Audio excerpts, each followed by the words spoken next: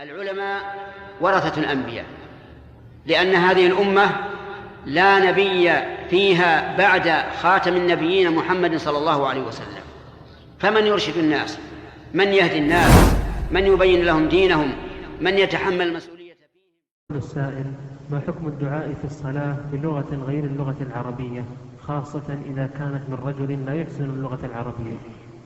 الدعاء بغير اللغة العربية من شخص لا يعرف اللغة العربية جائز، سواء في الصلاة أو خارج الصلاة، لأن هذا الرجل الذي لا يعرف العربية لو كلف أن يدعو بالعربية لكان هذا من تكليف ما ليس في وسعه، وقد قال الله تعالى: لا يكلف الله نفسا إلا وسعها.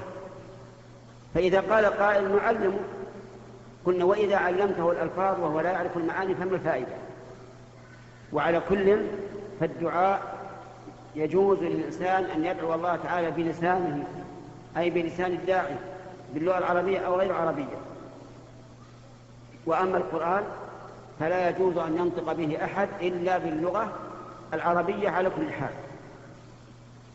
وأما الأذكار الواردة فهذه إن تعذر أن يتعلمها باللغة العربية فلا بأس أن يقرأها، أن يذكر الله بلسانه، لكن كما تعلمون لفظ الجلالة مثلا لا يمكن أن يحول إلى غير اللغة العربية، وإذا لم يمكن فله أن يدعو بغير العربية.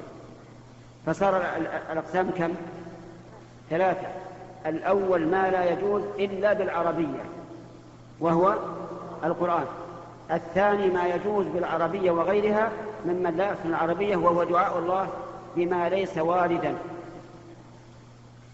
والثالث الدعاء بالوارد كالأذكار ونحوها، نقول إن كان قادرا على العربية فلتكن بالعربية، وإن كان عاجزا فبلغته.